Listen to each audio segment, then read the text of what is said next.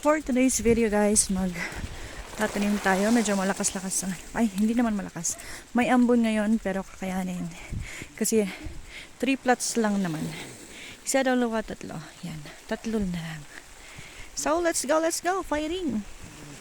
Okay. So, yan. Tapos na namin. Ito.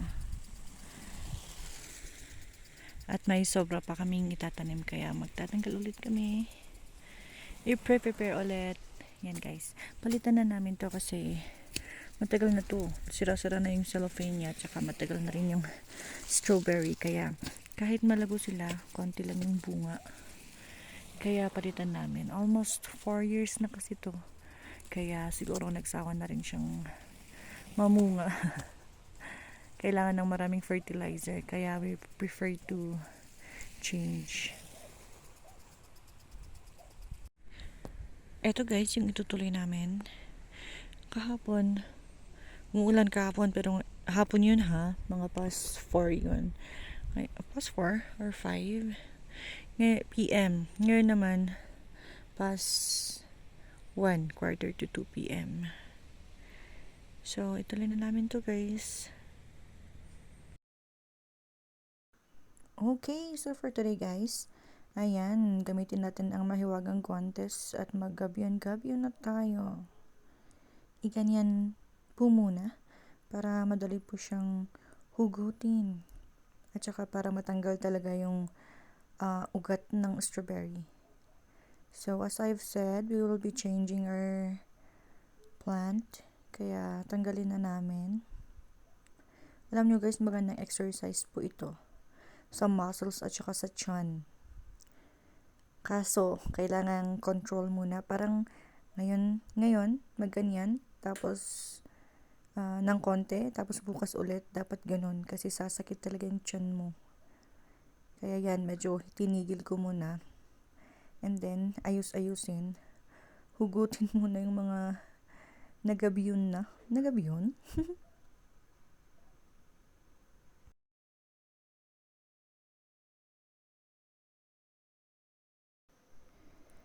So, ayun na nga guys. Bumigay na ako sa paggagabyon. Kayo? Kaya ngayon, ililinis ko na lang. Isang plat lang yung natapos ko, pero bumigay na yung likod. Ay nako, likod ng pang 40 years old na talaga. Kaya ngayon, nililinis ko na lang yung mga nagabyon na. Nagabyon talaga. Nililinis ko na lang.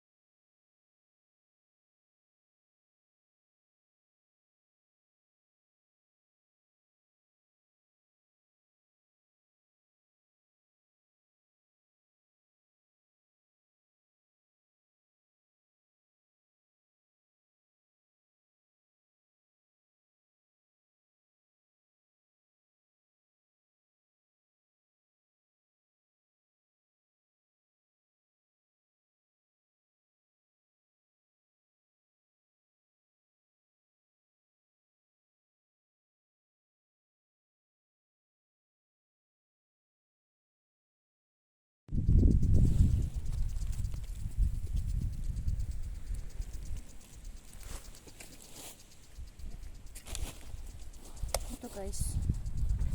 Ito guys, pangtanggal natin sa alambre na nakalagay dito.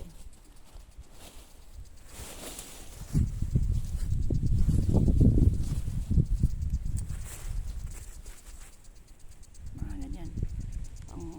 Charan, like that.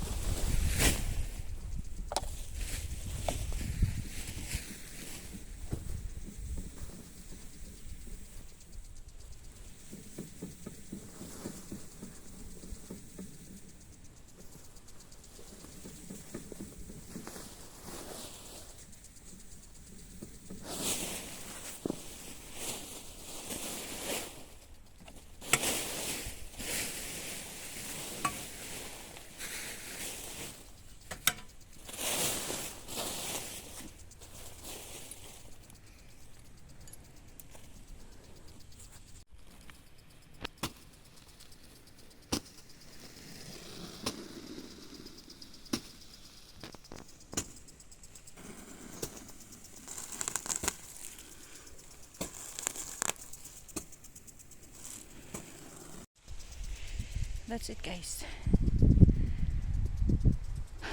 Fighting. Thank you for watching.